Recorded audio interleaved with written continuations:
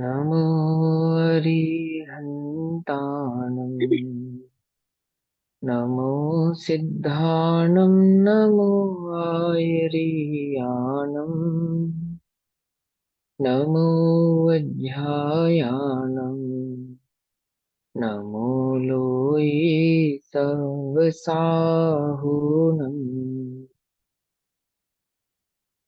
ओंकारं बिन्दुसंयुक्तं नित्यं ध्यायन्ति योगिनः कामदं मोक्षदं चैव ओंकाराय नमो नमः। मङ्गलं भगवान् वीरो मङ्गलं गौतमो गणी मङ्गलं कुन्दकुन्दार्द्यो जैनधर्मोऽस्तु मङ्गलम्। सर्वमङ्गलमाङ्गल्यं सर्वकल्याणकारकं प्रधानां सर्वधर्माणां जैनं जयतु शासनम्।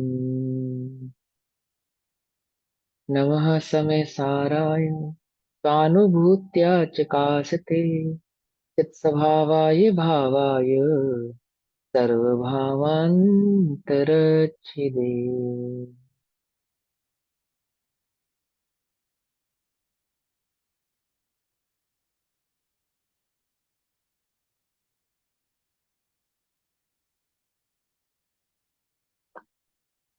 हमारी चर्चा का विषय चल रहा है श्री समय सारजी ग्रंथ, और श्री समय सारजी का स्वाध्याय हम सभी आचार्य अमृत चंद्र देव द्वारा रचित आत्मख्याति टीका के माध्यम से कर रहे हैं। आत्मख्याति टीका में निर्जरा अधिकार पेज नंबर 315 और गाथा नंबर 201 202 201 202 गाथा नंबर और पेज नंबर 315 315 भावार्थ इसका चल रहा है कि अणु मात्र का भी जिसको रागादिक का सद्भाव है उस जीव को हम सम्यक दृष्टि कैसे कह सकते हैं। वह सर्व आगमधर भले ही क्यों ना हो, अर्थात उसके पास विशेष सूक्ष्म ज्ञान आदि भले ही हो, तो भी यदि उसने निज और पर के बीच के भेद को नहीं पहचाना है तो वह निर्जरा को प्राप्त नहीं होता। वह सदैव बंध में ही है, मिथ्या दृष्टि ही है, सम्यक दृष्टि नहीं। परमाणु मित्ययम्पि पूरागादीनं तु विद्यते जस्त न विसो जाणदी पाणयं तु सव्वागन्धरोऽवि अप्पाणं याणन्तो अणपयं चाविसो अयाणन्तो कह होदि सम्मदिट्ठी जीवा जीवे अयाणन्तो। कैसे हो सकता है विषम दृष्टि? जीव जीव को जाने में अणुमात्र भी रागादिका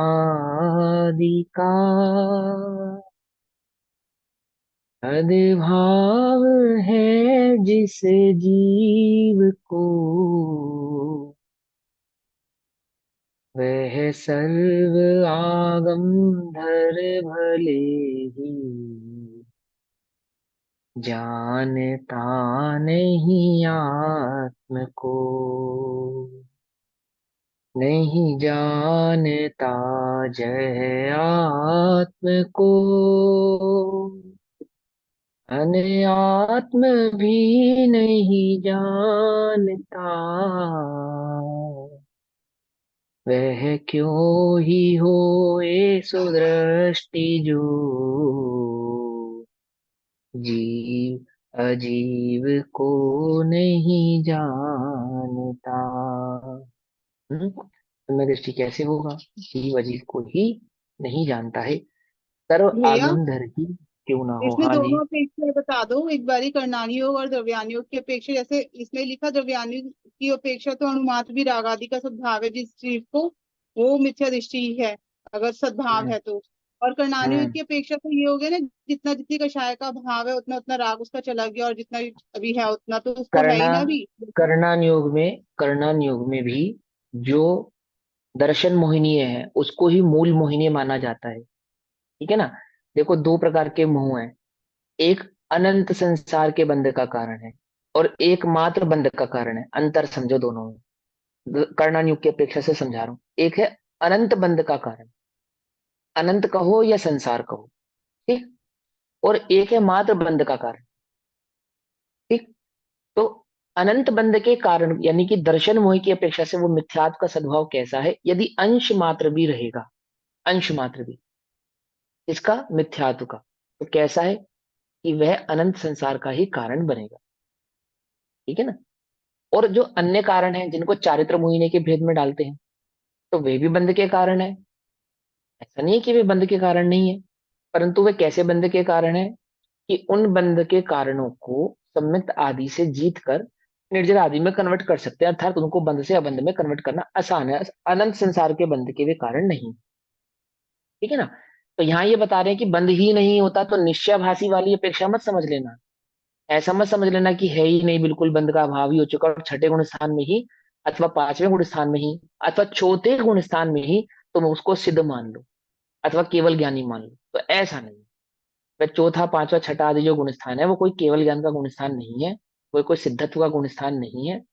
वह गुण स्थान भी संसारी का ही है, किस अपेक्षा से, क्योंकि वहां पे आमुक आमुक चारित्र मोहिनी आदि के भेद का सद्भाव, एकदम उसको निर्बंध मान के तुम उसको अरिहंत या सिद्ध ही मान लो, तो ऐसा नहीं। वो बात यहाँ पे समझा रही। तो दो अपेक्षा ऐसी हैं। सम्यक दृष्टि को तो ये भूल नहीं है, ये तो मिथ्या दृष्टि की समझ की बात है बस।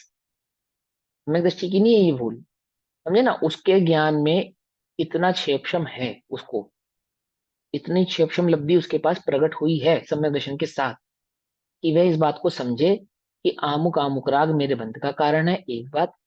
और जो राग मुझे विद्यमान है ये भी मेरा भला करने वाला नहीं है, उसको उस राग की रुचि नहीं, राग को तो वो छोड़ना ही चाहता। ये तो मिथ्या दृष्टि ही है, जो राग राग में भी भेद किए बैठा है कि ये राग छोड़ना है और इसको छोड़ने की जरूरत नहीं है, अथवा ये राग अच्छा है ये राग बुरा है। सम्यक दृष्टि को नहीं है ये कोई कंफ्यूजन, वो एक सिरे से राग को बुरा ही जानता है। एक राग को भला और एक राग को बुरा मानने वाला तो मिथ्या दृष्टि जीव ही है। उसी के ज्ञान को निर्मल करने के लिए इतना समझाना पड़ता है, उसी के ज्ञान को अच्छा माने सजग बनाने के लिए ये सारी चर्चाएं करनी पड़ती है। सम्यक दृष्टि की आवश्यकता नहीं है ये सब जानने की, उसको पड़ता है, रुचि है। उपयोग भ्रष्ट नहीं करने हेतु, अपने आप को अपने आत्मा के उपयोग को अशुभ भावों में नहीं ले जाने हेतु स्वाध्याय यदि करते हैं, ऐसा नहीं कि स्वाध्याय ही नहीं करते, चर्चा नहीं करते, वार्ता नहीं करते। अब वो स्वर्ग में मानुष अनुत्तर विमानों के जो स्वर्ग हैं वे क्या करते हैं, उत्कृष्ट आयु ना 33 सागर की आयु, 33 सागर तक क्या करते हैं, चर्चा ही करते हैं, धर्म चर्चा करते नहीं करते हैं। और जो सम्यक दृष्टि जीव भी होते हैं वो समूह आदि में क्या करते हैं, तत्व का उपदेश सुनते हैं। मुनिराज जो होते हैं छठे सातवें गुण स्थान में क्या करते हैं, तत्व चिंतन करते हैं, तत्व व्याख्या करते हैं, तत्व लेखन करते हैं, तत्व चिंतन करते हैं। ज्ञान और ध्यान, ध्यान और ज्ञान, ज्ञान और ध्यान, ध्यान और ज्ञान, बस। अनुप्रेक्षा आदि क्या है, चिंतवन ही है। भावना है ना जो, अनुप्रेक्षा चिंतवन ही है। चिंतन करते हैं, ध्यान करते हैं और ज्ञान करते हैं। ऐसा नहीं कि उसको स्वाध्याय की आवश्यकता नहीं है, बात यह है कि उसके मूल में अर्थात उसके बेस में, उसकी जड़ में या उसके श्रद्धान में भूल नहीं है, मिथ्यात्व नहीं है। वो इतना तो क्लियर है, उसको इतना तो पता है कि राग अच्छी, राग बंध का कारण है और एक एक एक शुद्धात्म तत्व चैतन्य भाव ही की स्थिरता ही मेरी मुक्ति का, मेरी निर्जरा का कारण। इसमें उसको कोई कंफ्यूजन नहीं, मिथ्या दृष्टि ही है ये तो, इसको बात ही समझ में नहीं आ रही, उसको भेद कर करके समझाना पड़ रहा है। एक अभेद चैतन्य तत्व का अनुभव करने वाले को ना भेद समझने की जरूरत है ना अभेद समझने की जरूरत है।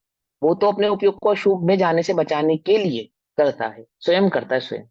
मिथ्या दृष्टि किस लिए करता है, सम्यक सन्मुख मिथ्या दृष्टि तो अपने मिथ्यात्व के अभाव के लिए करता है। ठीक। और जो साधारण मिथ्या दृष्टि जीव है, मतलब मिथ्यात्व ही जिनके सर पे हावी है, तो हो सकता है वो क्षेपशम आदि बढ़ाने के लिए करते हो, क्षेपशम ज्ञान को ही मात्र ज्ञान मान लेते हो, है ना। 1 2 घंटे 4 घंटे स्वाध्याय को ही धर्म मान लेते हो, वो उतने में ही अटक जाते हैं। समझे ना। तत्वाभ्यास किसको कहते हैं, 1 घंटा आपने स्वाध्याय किया इसको तत्वाभ्यास नहीं कहते, इसको तत्वाभ्यास नहीं कहते। इसके बाद जो इसको इसकी जुगाली होगी, जुगाली, जुगाली समझते हैं ना, है ना, जुगाली जैसे गाय चारा खाती है और उसके बाद बैठ के क्या करती है, जुगाली करती है। जो जुगाली है ना, जुगाली अर्थात जो बार बार आप चिंतन करोगे, बार बार उसका मंथन करोगे, वो है तत्वाभ्यास।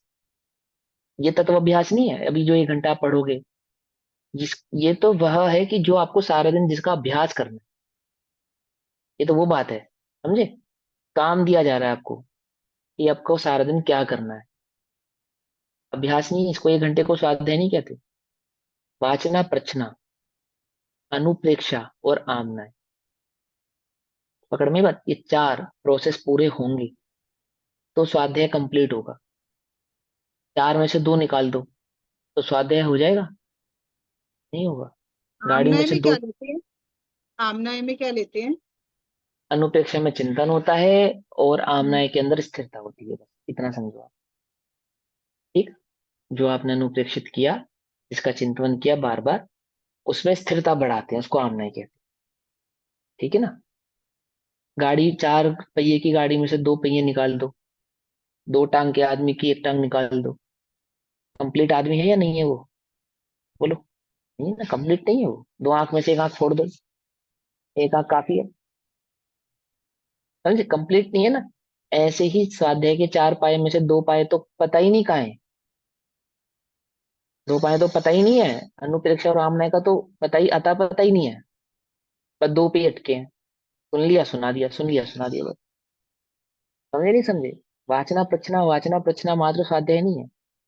वाचना प्रच्छना के बाद जो होने वाला है, आमनाय और अनुप्रेक्षा, वो वास्तव में तो वो स्वाध्याय है। अनुप्रेक्षा और आमनाय कैसे करें, क्या करें, अनुप्रेक्षा में और आमनाय में क्या करें, वो वाचना और प्रच्छना में पता लगता है कि मुझे अनुप्रेक्षा और आमनाय में क्या करना है। अनुप्रेक्षा माने चिंतवन, किसका मुझे चिंतवन करना है और किस में मुझे स्थिर होना है। ये बात वाचना और प्रच्छना से समझ आती है। वाचना प्रच्छना पे तो रुक गए और आमने अनुप्रेक्षा नहीं की, उसका नाम स्वाध्याय नहीं है। ठीक यही बात यहाँ समझा रहे हैं कि वो जो सर्वआगम धर है ना, वो वाचना प्रच्छना वाला है, अनुप्रेक्षा आमनाय वाला नहीं है। इसका विचार विवेक पूर्वक शांत होकर कीजिए। किसका? किसका विचार करना था शांत होकर? विवेक पूर्वक, प्रज्ञा पूर्वक। विवेक माने प्रज्ञा पूर्वक, किसका करना था? वो जो सत्य वाचन का। और प्रच्छना, वो जो वाचन और प्रच्छना में पढ़ा और सुना था, वो वाचना जिनमें जो पढ़ा था, प्रश्न में जिसका समाधान किया था, उसका विचार विवेक पूर्वक शांत होकर कीजिए। पहली स्टेज में यह, तभी तो वो तत्व में कन्वर्ट होगा। क्या कहा? भोजन जो हम खाते हैं वो 7 धातु में कन्वर्ट होता है। कौन सा भोजन? कौन सा भोजन पता है? जिस भोजन में लार मिक्स होती है, लार, लार समझते, स्लाइवा, वो भोजन अपने 7 क्या बताया मैंने अभी, में कन्वर्ट होता है, धातु बस। धातु। धातु धातु धातु धातु धातु धातु 7 धातु, 7 धातु में वो कन्वर्ट होता है। सारा भोजन 7 धातु में कन्वर्ट नहीं होता, ये भूल में मत रहना। 7 धातुओं में कन्वर्ट सिर्फ और सिर्फ वो भोजन होता है जिसमें आपका सलाइवा मिक्स हुआ हो, जिसमें आपकी लार मिक्स हो गई हो। जिसमें से लार या सलाइवा मिक्स नहीं होता, वो भोजन भी 7 धातु में कन्वर्ट नहीं होता। वो ऐसे तो ही सारा वेस्ट हो तुम्हें गया। वो तो सारा वेस्ट होता वेस्ट है। हो गया। वेस्ट होता ही है, होता ही है। ये बेसिक फैट भी वैट वही जो तो। आपकी बॉडी में बनता है, आपको क्या लगता है ये वेस्ट, वेस्ट ही है? वेस्ट ही है। कैसे बना ये फिर वेस्ट, वेस्टेज जो नहीं पचा, जिसमें लार मिक्स नहीं हो पाई, तो सिर्फ आप सटक गए, बस वो ऐसे का ऐसे रह गया। ऐसे ही तत्व में कौन सा क्या कन्वर्ट होता है? तत्व किसको कहते हैं? कन्वर्ट कैसे होगा वो? कि जब उसमें आमनाय और अनुप्रेक्षा होगी, वाचना और प्रच्छना को जब आमनाय और अनुप्रेक्षा में लेकर जाओगे, तो वो तत्व चिंतन तत्व में तब कन्वर्ट होगा। तत्व अभ्यास में वो तब कन्वर्ट होता है। ऐसे तत्व में कन्वर्ट नहीं होता, 1 घंटा आपने पढ़ा हो तत्व में कन्वर्ट हो गया, नहीं होगा, कभी भी नहीं होगा, होता ही नहीं है। समझे ना? जैसे भोजन को ब्रेक करने के लिए सलाइवा चाहिए, ऐसे ही तत्व, ये जो क्षेपक्षम ज्ञान है, इस क्षेपक्षम ज्ञान को तत्व में कन्वर्ट करने के लिए क्या चाहिए? अनुप्रेक्षा चाहिए और आमनय चाहिए। अनुप्रेक्षा आमनय के बिना तो वह कन्वर्ट होता नहीं है। ये नियम है, इतनी सी बात समझो। ठीक है ना? अगर आप इस भूल में हो कि मैं 1 घंटा या 2 घंटा या 4 घंटा मैंने पढ़ा और ये मेरा तत्व निर्णय, तत्व चिंतन या तत्व अभ्यास है, तो नहीं। नहीं, भोजन वही है जो 7 धातु में कन्वर्ट हो जाए। नहीं पच रहा, भोजन नहीं पच रहा, अपच हो रहा है, क्यों? तो क्यों नहीं पच रहा? पचना का, नहीं पचने का अर्थ ही यही है कि वो 7 धातु में कन्वर्ट नहीं हो रहा। तो ऐसा भोजन करो जो 7 धातु में कन्वर्ट हो जावे। अर्थात कोई बहुत बड़े बड़े शास्त्र समझ में नहीं आ रहे, बहुत गहरे शास्त्र समझ में नहीं आ रहे, बहुत गहरी बात समझ में नहीं आ रही, तो स्वाध्याय मत छोड़ो। अगर भोजन तुम्हें अपच हो जाता है तो क्या करते हो? भोजन छोड़ देते हो? हैं? अरे ऐसा भोजन ग्रहण करते हो जो पच सके, ऐसा। समझे नहीं समझे? स्वाद, बहुत गंभीर बात समझ में नहीं आ रही, बड़े बड़े गुण अर्थ समझ में नहीं आ रहे, तो स्वाध्याय मत छोड़ो। क्या करो? उन ग्रंथों का स्वाध्याय करो जो समझ में आते हो, जिन पर चिंतन हो सके, जो बात समझ में आ सके। छोड़ो मत, छोड़ो मत। क्या है? कन्वर्ट कौन सा होगा? जो मात्र पढ़ा है वो कन्वर्ट नहीं, जो मात्र सुना है वो कन्वर्ट नहीं होगा। जिसमें आमनय और अनुप्रेक्षा की मेहनत हुई है वो तत्व में कन्वर्ट होता है। वह आपके सम्यक दर्शन का भी कारण बनता है, संस्कार का भी कारण बनता है। संस्कार समझते हो? गुरुदेव कहते हैं कि जिनवाणी, जिनवाणी अगर आत्म कल्याण की भावना से सुनी गई है तो बांझ नहीं जाती, वह सम्यक दर्शन रूपी पुत्र को अवश्य ही प्रकट करती है। अवश्य प्रकट करती है। अभी नहीं करेगी, फ्यूचर में करेगी। वह संस्कार के रूप में आगे जाएगी, लेकिन कौन सी? संस्कार के बल पे आगे जाती है जो बात, वो वाचना और प्रचना वाली नहीं जाती। अर्थात क्षेपशम ज्ञान तक जो सीमित है वो नहीं जाती। क्यों? अनंत बार है ना, अनंत बार हमने जब ग्रेवक उपजाया है तो 9 11 गुरु का ज्ञान की बिना तो उपजाया नहीं है। क्षेपशम ज्ञान तो हमने बहुत अधिक अधिक उत्पन्न किया है। वो तो हमारे संस्कार में नहीं आएगा, कभी भी नहीं आता, किसी भी जीव के नहीं जाता। लेकिन जिसपे आमना और अनुप्रेक्षा की गई होती, जिसको शांति से बैठकर चिंतन किया गया होता है, प्रज्ञा पूर्वक जिसका चिंतन किया गया होता है, निर्णय में जिसमें उपयोग लगाया गया होता है, भले ही निर्णय ना हुआ हो परंतु वह संस्कार बन के आगे जाता है। जो शेर की प्रया में सम्यक दर्शन हो रहा है, या नरक में जो सम्यक दर्शन प्रकट हो रहा है, या त्रियंच आदि गतियों में जाके जो सम्यक दर्शन प्रकट हो रहा है, फल का निमित्त मिलने पर भी वह जो बीज रूप संस्कार उसके चित्त में पड़ा है, आत्मा में पड़ा है, कर्मों में पड़ा है, कैसे भी समझो पड़ा है, वो कौन सा संस्कार है? वो वही अनुप्रेक्षा और आमनय वाला संस्कार है जिसका उसने शांति से चिंतन किया। उस समय काम नहीं बन पाया, उस समय नहीं बना, लेकिन फ्यूचर में बन गया। फ्यूचर में बन गया वो काम। पकड़ में आई बात? नहीं पकड़ में आई? ये स्वाध्याय भी फ्यूचर, अभी तुम्हें तत्कालिक सम्यक दर्शन प्रकट ना करे, इस पर्याय में सम्यक दर्शन ना भी प्रकट करे, लेकिन यदि आत्म कल्याण की भावना से किया गया होगा, यदि आमने और अनुप्रेक्षा तक इसको लेकर जाओगे, तो डेफिनेटली ये तुम्हारे सम्यक दर्शन का कारण बनेगा। इस पर्याय में नहीं बनेगा, अगली पर्याय में बनेगा, पर नियम से बनेगा। नियम से बनेगा। स्वाध्याय करो तो प्रज्ञा पूर्वक करो, समझो उसको, टाइम पास के लिए नहीं। प्रज्ञा पूर्वक, निर्णय पूर्वक और दृढ़ता, दृढ़ता पूर्वक। अभी तो ग्रहित मिथ्यात्व भी नहीं छोड़ता, अग्रहित तो कैसे छूटेगा? समझे? नहीं समझे?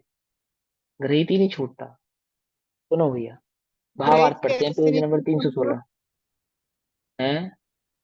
ग्रहित कैसे नहीं छूटता मतलब? अरे खाली काली कपाली महाकाली कोई थोड़ी ग्रहित कहते हैं।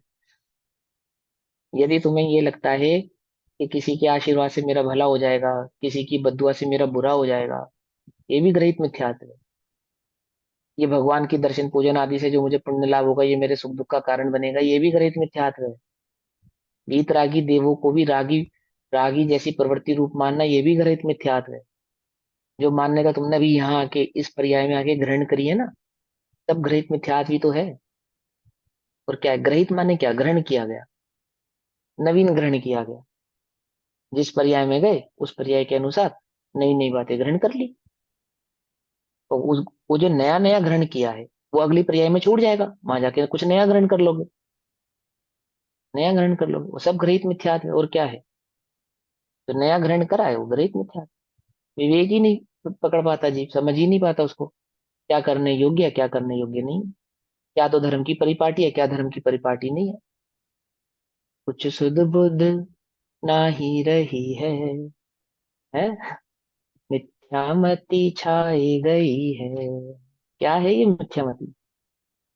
चिंतन करते हैं इस बात का? नहीं करते हैं। करो, विचार करो क्या कहते हैं। 316 नंबर का पेज है, पेज नंबर 316, भावार्थ। अभी जो हमने दो गाथाएं पढ़ी, उन गाथाओं का भावार्थ। ठीक है, हमने कल पढ़ी थी। ठीक, 201 202 नंबर के भावार्थ। यहाँ राग शब्द से अज्ञानमय राग द्वेष मोह कहे गए हैं, अर्थात अनंतानुबंधी कही गई है। ठीक, तो क्या फिर पढ़ते हैं यहाँ राग। राग कहने का तात्पर्य क्या है कि यहाँ राग कहने का मतलब यह है कि अज्ञानमय राग द्वेष मोह कहे गए हैं। जीव का जो अज्ञान भाव है वह कहा। और अज्ञानमय कहने से मिथ्यात्व अनंतानुबंधी से हुए रागादिक समझना चाहिए। ठीक है ना, राग कहने से क्या समझना चाहिए, मिथ्यात्व समझना चाहिए, यानी कि दो द्रव्यों के बीच के भेद और उनके स्वरूप को जो नहीं जाना है, निज चैतन्य तत्व का जो अनुभव नहीं किया है, ठीक है ना, वह मिथ्यात्व के बिना चारित्र मोह के उदय का राग नहीं लेना चाहिए। क्या कह रहे हैं, दर्शन मोह के राग को ही यहाँ राग कहा है और चारित्र मोहिनी के राग को यहाँ पे राग नहीं कहा। क्योंकि अविरत सम्यक दृष्टि इत्यादि को, अविरत सम्यक दृष्टि इत्यादि का मतलब हो गया चौथे गुण स्थान से लेकर और यथाख्यात चारित्र प्रकट नहीं हुआ है तब तक के जितने भी गुण स्थान। तो किसी में प्रत्याख्यान, किसी में अप्रत्याख्यान और किसी में संजुलन की तीव्रता और मंदता का भेद है। ठीक, तो क्योंकि अविरत सम्यक दृष्टि इत्यादि को चारित्र मोह के उदय संबंधी जो राग है वह ज्ञान सहित है, वह ज्ञान सहित है। ठीक है ना, श्रद्धान आत्मा के श्रद्धान सहित है, दो द्रव्य के बीच के भेद के ज्ञान के साथ है। राग है, हम उसको मना नहीं कर रहे हैं। मैंने कल भी समझाया था, ज्ञानी को राग वर्तता है, उस राग को बुरा जानता है, दूर करना चाहता है। अज्ञानी अपने राग को बुरा ही नहीं जानता, दूर तो क्या करे, उसको उदय तो बुरा लगता है, उदय से तो भेद विज्ञान करता है। ये राग का जो सद्भाव मेरे चित्त में पड़ा है ये मेरे दुख का कारण है, ऐसा नहीं विचार करता। ऐसा नहीं विचार करता, उल्टा विचार करता है वो, उसकी विचारधारा कुछ अलग है। ठीक, सम्यक दृष्टि उस राग को, इस राग को जो सम्यक दृष्टि को वर्त रहा है प्रत्याख्यान अप्रत्याख्यान और संजुलन रूप, ठीक है ना, चारित मोहनी रूप। सम्यक दृष्टि उस राग को कर्मोदय से उत्पन्न हुआ रोग जानता है। कर्म के उदय से उत्पन्न हुआ क्या है, रोग है, रोग जानता है और उसे मिटाना ही चाहता है, मिटाना ही चाहता है। ठीक है ना, उसे उस राग के प्रति राग नहीं है। क्या नहीं है, उस राग के प्रति क्या नहीं है, राग नहीं है। और सम्यक दृष्टि के राग का लेश मात्र सद्भाव नहीं है ऐसा कहा, तो इसका कारण इस प्रकार है कि सम्यक दृष्टि के अशुभ राग तो अत्यंत गौण है और जो शुभ राग होता है तो वह उसे किंचित मात्र भी भला या अच्छा नहीं समझता। मिथ्या दृष्टि तो राग में भेद करता है अच्छे और बुरे का।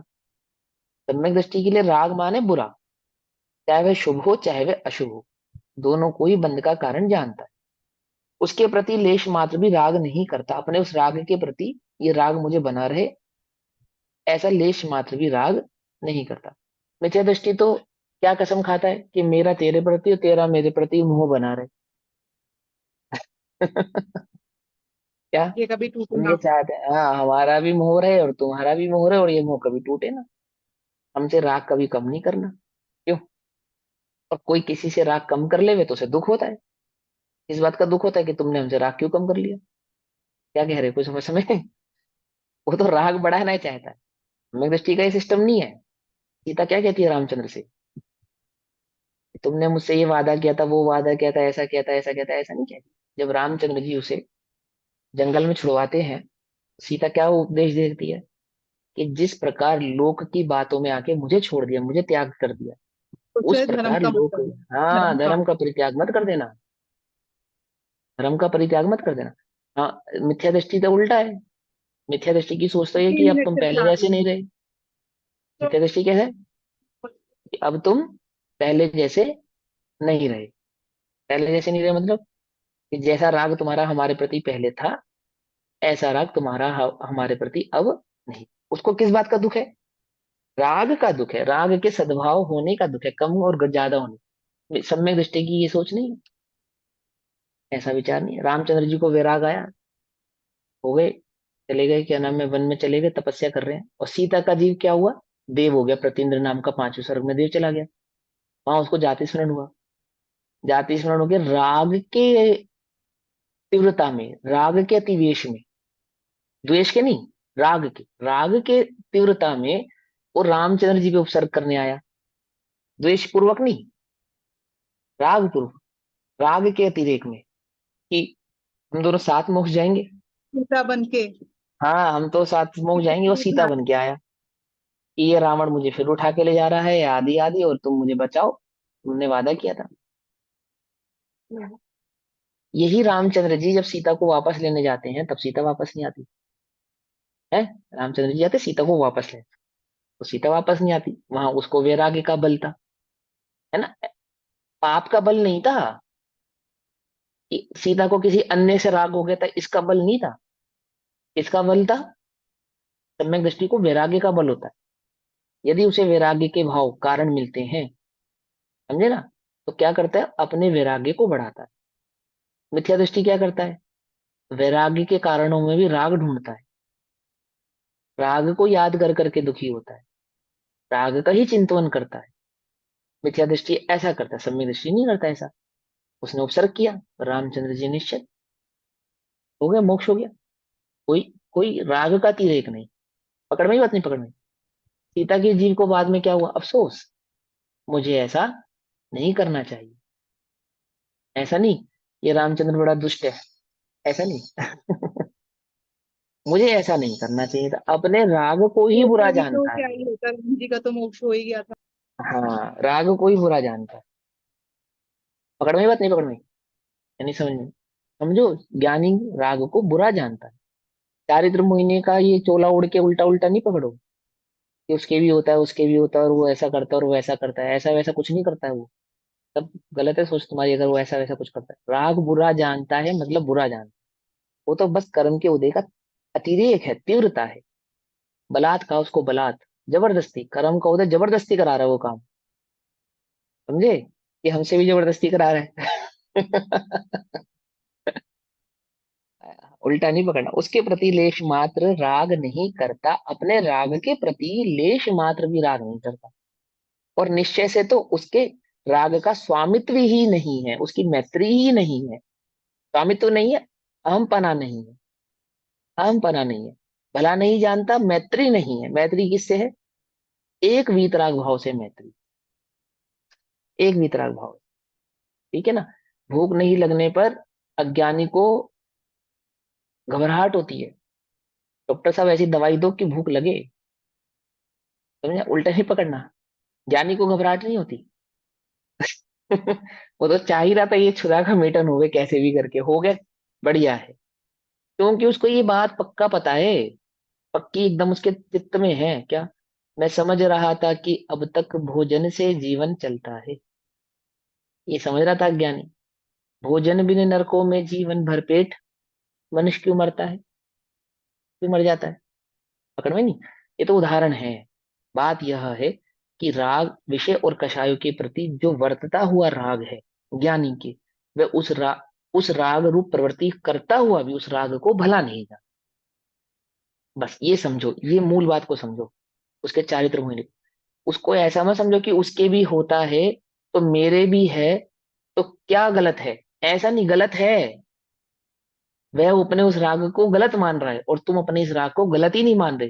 मिथ्या दृष्टि क्या सोच रहा है, उसके है तो मेरे भी है, तो क्या हुआ, ये वही बात हो गई कि क्लास में जिस बच्चे के 40% 35% नंबर आते हैं, तो वो सबसे पहले ये देखता है और किस किस के आए हैं।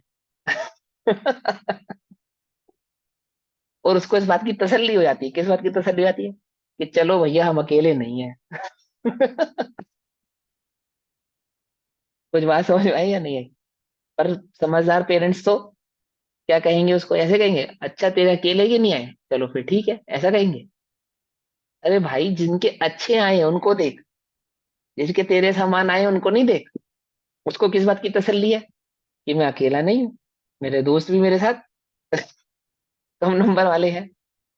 ऐसे ये अज्ञानी है, मिथ्या दृष्टि को ये लगता है कि सम्यक दृष्टि के भी है, अच्छा फिर ठीक है, ये बढ़िया है। जब सम्यक दृष्टि के है तो मेरे है तो क्या दिक्कत है ना। अच्छे पढ़ने वाला बच्चा तो 98 नंबर पे भी दुखी होता है, 100 में से 98 है उसमें भी दुखी होता है, दो कम क्यों आए।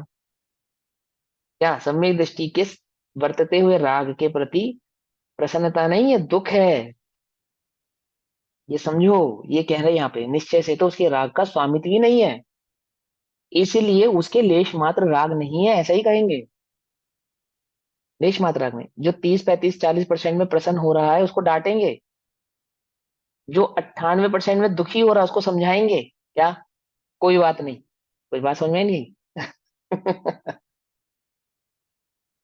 यदि ये समझो, ये ज्ञानी और अज्ञानी के बीच के विचार को समझो, इसका चिंतन करो।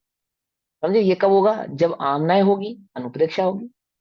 हो गया, अभी तो पढ़ोगे, सुन के भूल जाओगे, कुछ ही नहीं होगा। संस्कार में तभी जाएगा ये, अदरवाइज नहीं जाएगा। यदि कोई जीव राग को भला जानकर उसके प्रति लेश मात्र राग करे तो, आगे ना वही बात, यदि कोई 40% लाके मैं पास तो हो गया कम से कम, और अन्य भी तो है, और वो उस बात में संतुष्ट हो गए तो क्या करेंगे? समझाएंगे, डांटेंगे, फटकारेंगे, आगे बढ़ने की प्रेरणा करेंगे, नहीं करेंगे? क्या है वो पढ़ाकू बच्चा नहीं है, पढ़ाई से जी चुराने वाला बच्चा है वो। तो सम्यक दृष्टि नहीं है, वो मिथ्या दृष्टि है। यदि उसका राग के प्रति स्वामित्व है, राग को वो भला जानता है, उस राग की आदि की पर्याय में संतुष्ट है। संतुष्ट है, क्या कहते हैं, यदि कोई जीव राग को भला जानकर उसके प्रति लेश मात्र राग करे तो वह भले ही सर्व शास्त्रों को पढ़ चुका हो, और क्या कहें, मुनि हो गया हो, व्यवहार चरित्र का पालन करता हो, तथापि फिर भी यह समझना चाहिए कि उसने अपने आत्मा को परमार्थ स्वरूप को नहीं जाना। कहा, उसने अपने आत्मा के, अपने स्वभाव के परमार्थ स्वरूप को, निज चैतन्य भाव को अभी नहीं पहचाना है, नहीं जाना है, अर्थात उसका अनुभव नहीं किया। क्योंकि वह राग से मैत्री किए बैठा है, राग का स्वामित्व लिए बैठा है, राग को भला जान रहा है। यह उसी बात का लक्षण है। कर्मोदय जनित राग को ही अच्छा मान रखा है। हाँ, वो तो कर्म का उदय है उसको। यदि उसको छह अक्षम ज्ञान तीव्र है, यदि वह मुनि हो गया है, तो वास्तव में तो उसके कर्म का उदय है। और अपने इस कर्म के उदय को क्या मान रहा है? भला मान रहा है। अपने इन शुभ परिणामों को क्या मान रहा है? अच्छा मान रहा है। पर तो वास्तव में तो वे शुभ परिणाम अच्छे नहीं है। एक चैतन्य, नित्य चैतन्य भाव था जिसमें स्थिर होना था, कहाँ स्थिर होके रह गया? तो भावों में स्थिर होके रह गया, बस। तथा उसी से अपना मोक्ष भी माना है, उसी से अपना मोक्ष भी माना है। इस प्रकार अपने और पर के परमार्थ स्वरूप को ना जानने से, निज और पर के परमार्थ सम्यक भाव को नहीं पहचानने से, जीव अजीव के परमार्थ स्वरूप को नहीं जानता, है ना? आत्मा अनात्मा या जीव अजीव के सम्यक भाव को नहीं पहचानता, परमार्थ स्वरूप को नहीं जानता, तो आत्मा को भी नहीं जानता, अनात्मा को भी नहीं जानता। ठीक है ना? और जहां जीव तथा अजीव इन दो पदार्थों को नहीं जानता, वह सम्यक दृष्टि कैसे हुआ? उसे सम्यक दृष्टि कैसे कहें? ठीक है ना? तात्पर्य यह है कि रागी जीव सम्यक दृष्टि नहीं हो सकता, जिसके राग का सद्भाव है, अर्थात सद्भाव का कहने का मतलब जिसकी राग से प्रीति है, राग से मैत्री है, राग का स्वामित्व है, अंश मात्र भी राग का कर्ता स्वयं को, स्वयं उसका कर्ता बनता है पर पदार्थ का, तो क्या नहीं है? वह सम्यक दृष्टि हो सकता नहीं है। अपने और अजीव के, अनात्मा और आत्मा के भाव को पहचाने, निज चैतन्य भाव का अनुभूत करे, उसमें स्थिर होवे, तो ही वह सम्यक दृष्टि कहलाएगा। फिर भले ही राग का सद्भाव उसके साथ दिखता हो, तो भी वह रागी नहीं है। क्यों? स्वामित्व नहीं है, मैत्री नहीं है, अपनापन नहीं है। अब इसी अर्थ का कलश रूप काव्य कहते हैं। अब इसी भाव को फिर आचार्य देव, आचार्य अमृतचंद्र देव, इन्हीं दो गाथा के भाव को फिर एक कलश काव्य के रूप में, कविता के रूप में कहेंगे। क्या कहते हैं? जिस काव्य के द्वारा आचार्य देव अनादि काल से राग आदि को अपना पद जानकर सोए हुए रागी प्राणियों को उपदेश देते, राग आदि को अपना पद जानकर, अर्थात अपना स्वभाव, अपना स्वरूप जान, जो अनादि से मिथ्या दृष्टि सोया हुआ है, सोया हुआ है, सोया हुआ है मतलब इसको उपदेश दे रहे हैं कि धर्म के ग्रहण के भाव से समक्ष तो आया है, परंतु अभी धर्म को समझ नहीं पाया है। जो आया ही नहीं है उसके लिए नहीं है उपदेश। समझे? श्रोता, श्रोता का स्वभाव पड़ा था ना, कैसा होता है श्रोता? किसको उपदेश देते हैं? जो उपदेश ग्रहण करने की भावना से श्री गुरु के आगे और नजदीक मन आते हैं, है ना, सीधा। जो उपदेश ग्रहण करने की भावना से श्री गुरु के नजदीक आते हैं, और स्वभाव उनको, जिनको समझ में नहीं आया है, उनको आचार्य क्या कहते हैं? उपदेश करते हैं। क्या करते हैं?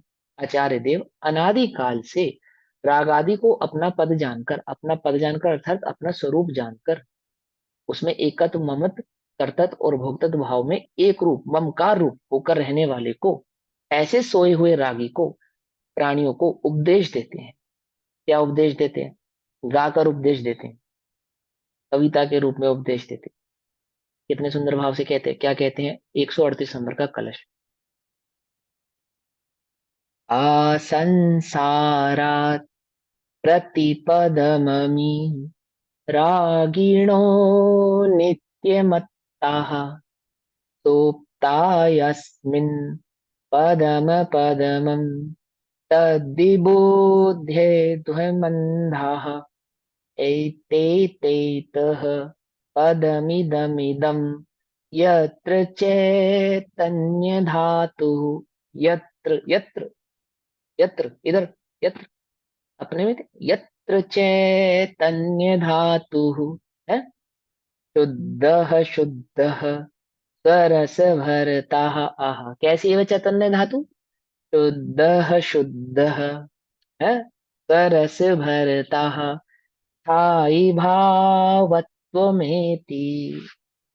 सोए हुए, अनादिकाल से सोए हुए अर्थात अपने स्वरूप को नहीं जानने वाले उस रागी को आचार्य देव यह उपदेश देते हैं। क्या उपदेश देते हैं? कि सुनो, श्री गुरु संसारी भव्य जीवों को संबोधन करते हैं कि संसारी भव्य जीवों को अर्थात जिन्हें स्वरूप की प्राप्ति तो नहीं हुई है, परंतु जो स्वरूप को प्राप्त करना चाहते हैं। ठीक है ना? अपने आप से पूछो शांति से बैठ के 2 4 5 मिनट, 2 4 5 घंटे तो क्या लगाओगे? 2 4 5 मिनट सुनो बैठ के कि हम क्या चाहते हैं, वास्तव में हम क्या चाहते हैं, चाहिए क्या हमें? हमें टाइम पास कर रहे हैं जैसे हमेशा कर कर आए, जैसे हमेशा खाली चले गए, आज इस बार भी खाली चले जाएं, या कुछ प्राप्त करके जाए? चाहते क्या है हम? ये तो संसार में 2 4 लोग हमसे हंस बोल लेंगे, ये चाहते हैं। लक्ष्मी बड़ी अधिकार भी, पर बढ़ गया क्या बोलिए? विचार करो विचार। श्री गुरु संसारी भव्य भव्य जीवों को, भव्य जीवों को अर्थात जो अपना कल्याण करना चाहते हैं, जिन्हें ललक है, जो श्री गुरु के उपदेश को कहाँ ले जाते हैं? मात्र क्षेपशम ज्ञान तक नहीं रखते। जो श्री गुरु के उपदेश को आमनाय और अनुप्रेक्षा तक लेकर जाते हैं वे होते भव्य। मात्र जिनवाणी पढ़ने वाले भव्य नहीं होते। समझ लो ध्यान से। हम जैनी हो गए इसी अपेक्षा से, इस बात से को हमें भव्य कहा जा सकता है। अन्य की अपेक्षा से हम स्वाध्याय कर रहे हैं, इसी अपेक्षा से हमें स्वाध्याय के बल पे भव्य कहा जा सकता है, पर वास्तव में एक्चुअल में वे भव्य नहीं है। भैया एक बात बताओ ना, जब 9 अंग 11 पूर्व पढ़े तो जिनवाणी की ही पढ़े ना। अन्य अन्य अन्य शास्त्रों के 9 अंग 11 पूर्व नहीं है वो, अन्य मत के नहीं है वो। जब उसे भव्य नहीं माना, इसे जिसने मुनिव्रत धारा और कैसा धारण किया, जो ग्रेवक उपजाने वाला निर्दोष पालन किया, जब उसको ही भव्य नहीं माना, तो आपको क्या लगता है हम भव्य हो गए? समझो ध्यान से।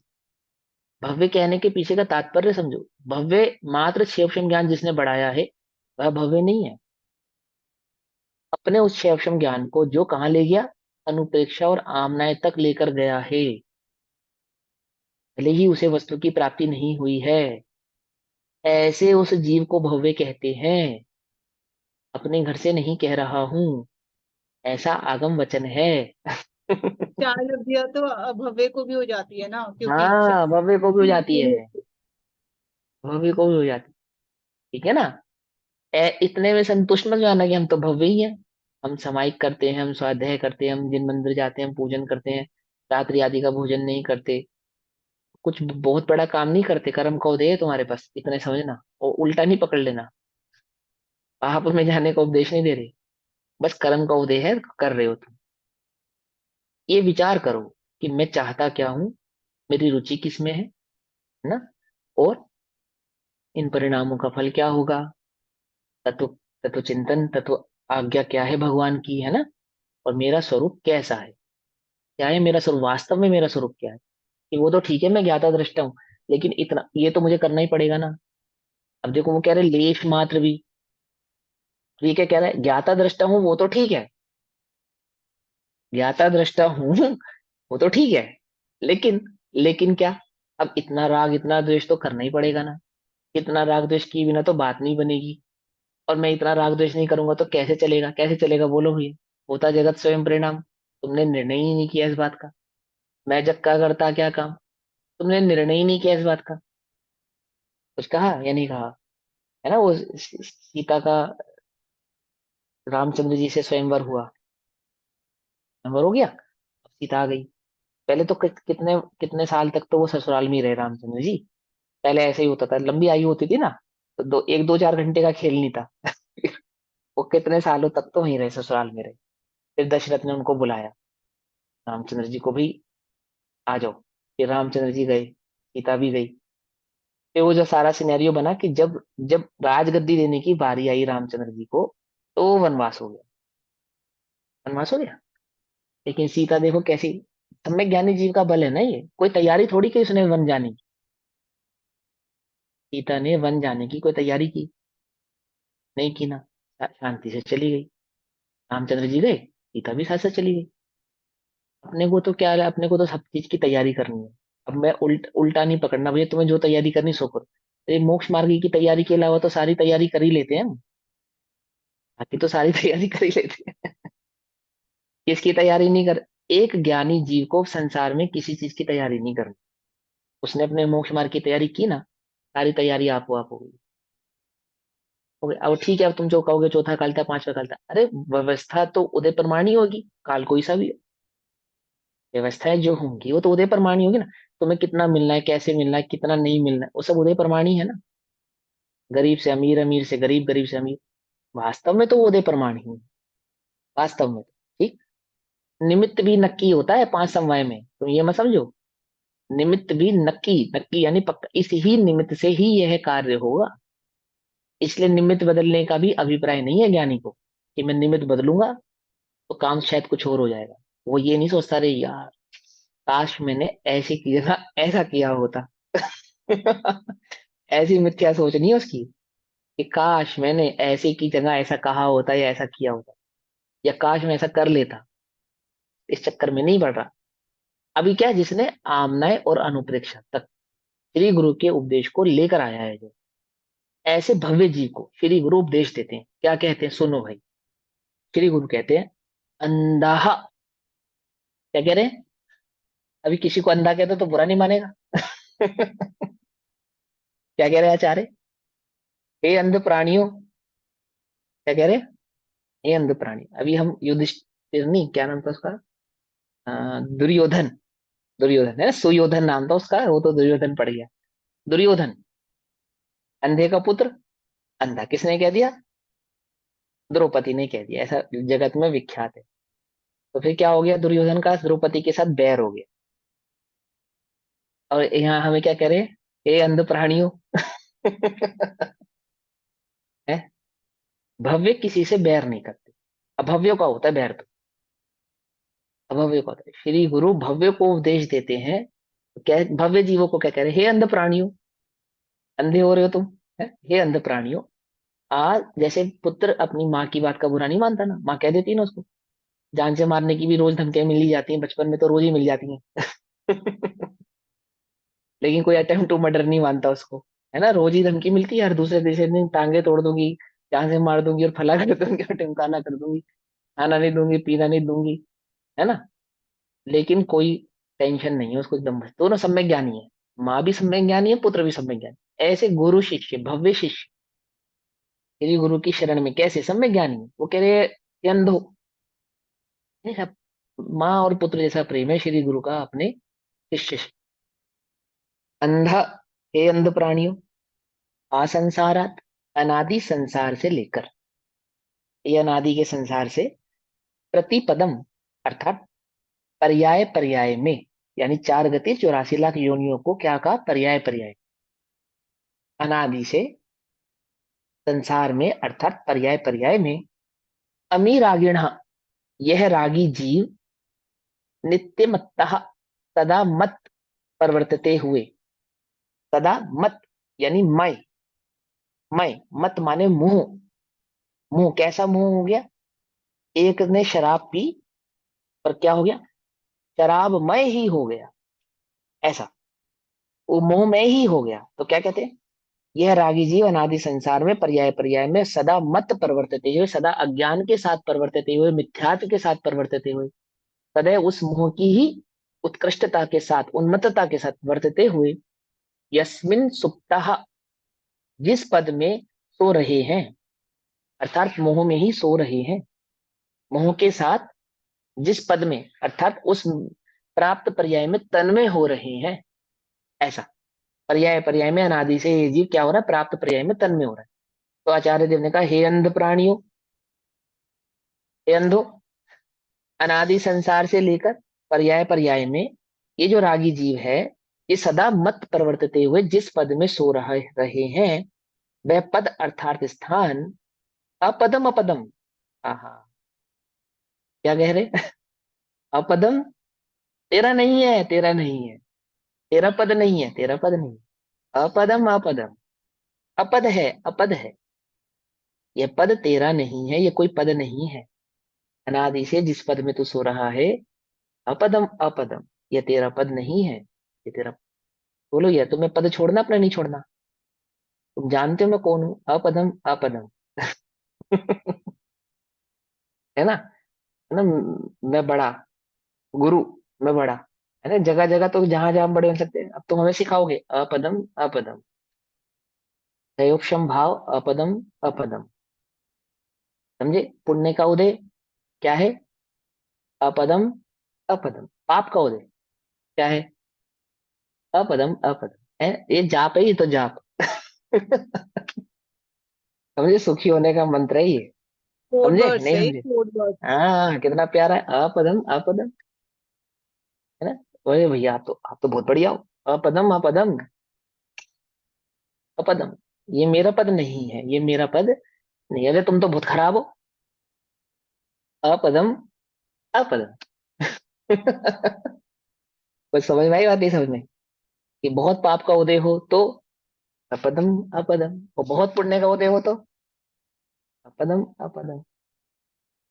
समझे नहीं समझे? कितना प्यारा मंत्र है, अपदम अपदम। ये मेरा पद नहीं है, ये मेरा पद नहीं है। आप तो बहुत तपस्वी हो, आप तो बहुत ज्ञानी हो। अरे आपका स्वाध्याय तो बहुत बढ़िया, जबरदस्त है। अपदम अपदम। अरे यार, तुम कैसे दिखते हो? बिल्कुल बेकार। कैसा जीवन है तुम्हारा? अपदम अपदम, मस्त एकदम, अपदम अपदम। ये मेरा पद नहीं है, ये मेरा पद नहीं है, ये मेरा पद नहीं है। तुम तो बहुत रोगी हो। अपदम अपदम, ये मेरा पद नहीं है, ये मेरा पद नहीं है। मैं बहुत दुखी हूँ।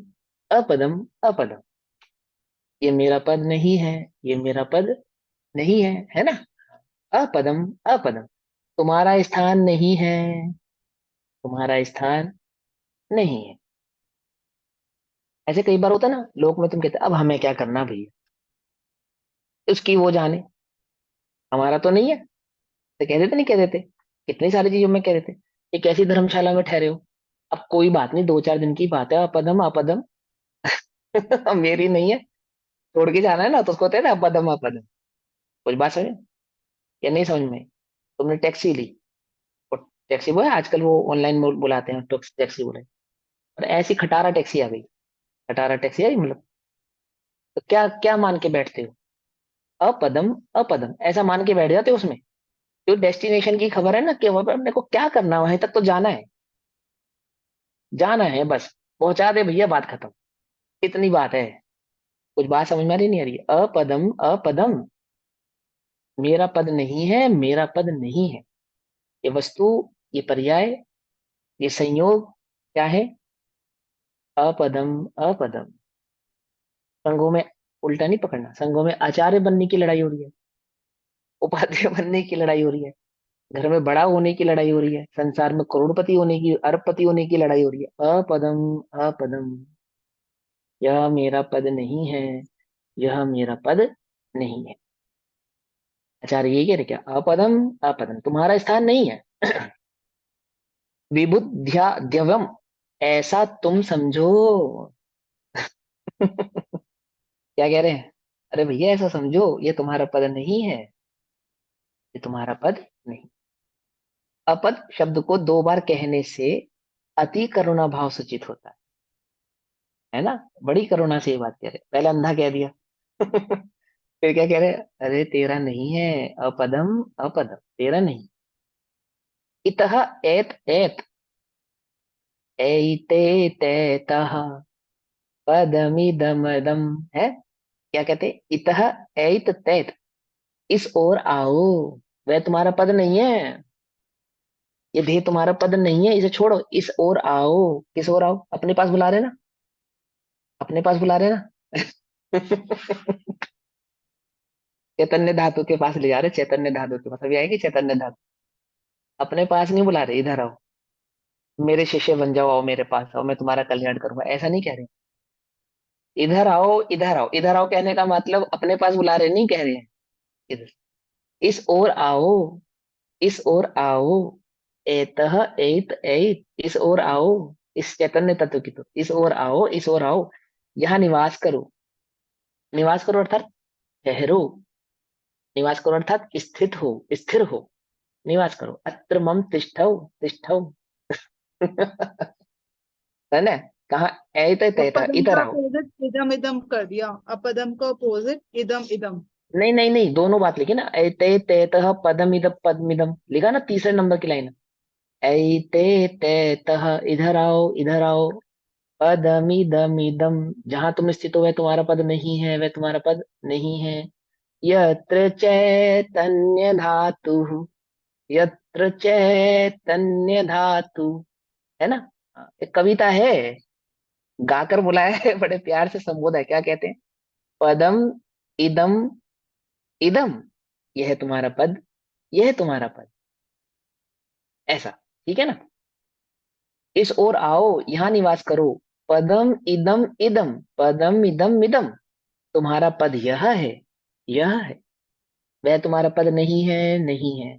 अपदम अपदम, तो फिर मेरा पद क्या है? इधर आओ, इधर आओ, इधर आओ, यह तुम्हारा पद है, यह तुम्हारा पद है।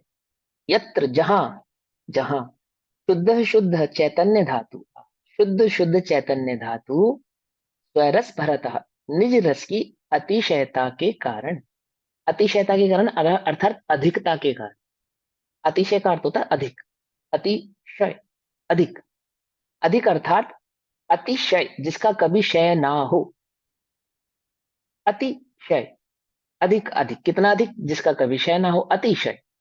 क्या कहते हैं? स्वरस भरता, निज रस की अतिशय के कारण स्थाई भावतव्यम एति, स्थाई भावत्व को प्राप्त है, अर्थात स्थिर है, अविनाशी है, जिसका कभी क्षय नहीं है ना। अतिशय है, अतिशय होने के कारण उसका कभी क्षय नहीं होने वाला, सदैव स्थायी ही रहने वाली है। वह तुम्हारा पद नहीं है, वह तुम्हारा पद नहीं है। इधर आओ, इधर आओ, ये जो शुद्ध चैतन्य धातु है, यही यहाँ निवास करो, यही तुम्हारा पद है, यही तुम्हारा पद है।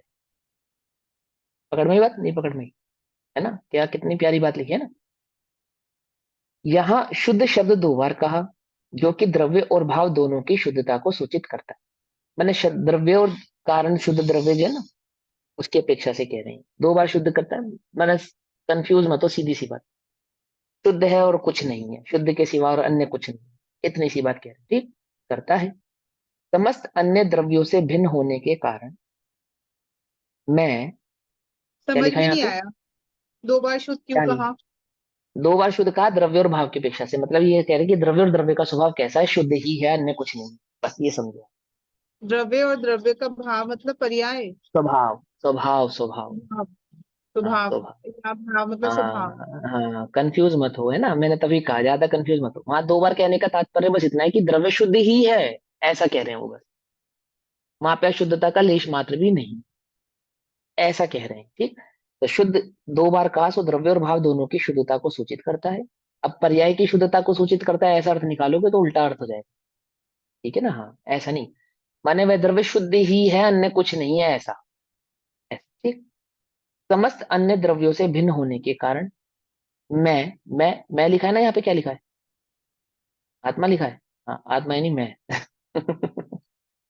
होने के कारण मैं अर्थात आत्मा द्रव्य से शुद्ध है, और पर के निमित्त से होने वाले अपने भावों से रहित होने से भाव से भी शुद्ध है। बस इतनी सी बात, मैंने स्वयं भी शुद्ध ही है, और उसमें पर के द्वारा कोई अशुद्धता नहीं आई है, वैसे भी वह शुद्ध ही है। अब उसको साहित्यिक भाषा में कहें या शास्त्रीय भाषा में कहें, तो कारण शुद्ध पर्याय, कारण शुद्ध द्रव्य, ऐसा।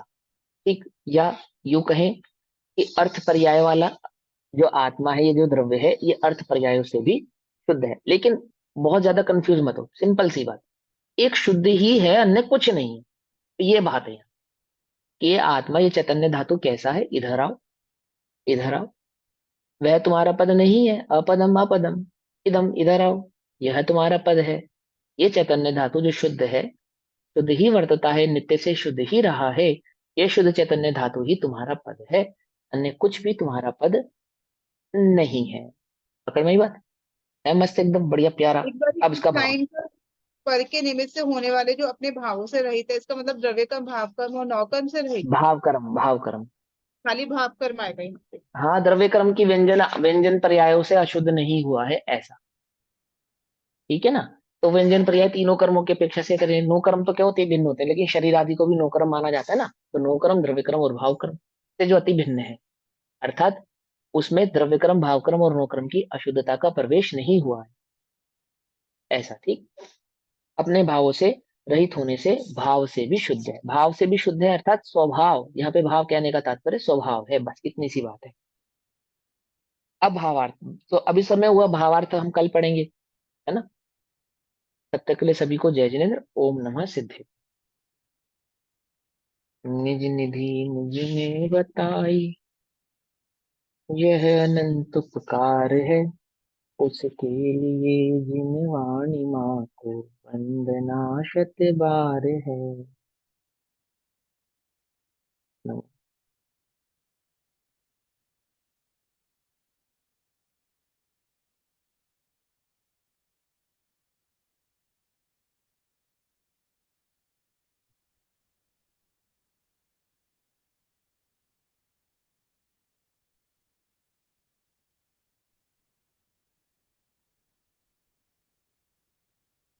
जय जिनेन्द्र जय सभी को। जय जिनेन्द्र। जय जिनेन्द्र। रिकॉर्डिंग, रिकॉर्डिंग बंद कर दो, रिकॉर्डिंग चल रही है। मुझे जय कुछ जिनेन्द्र। पूछना था। पूछो पूछो।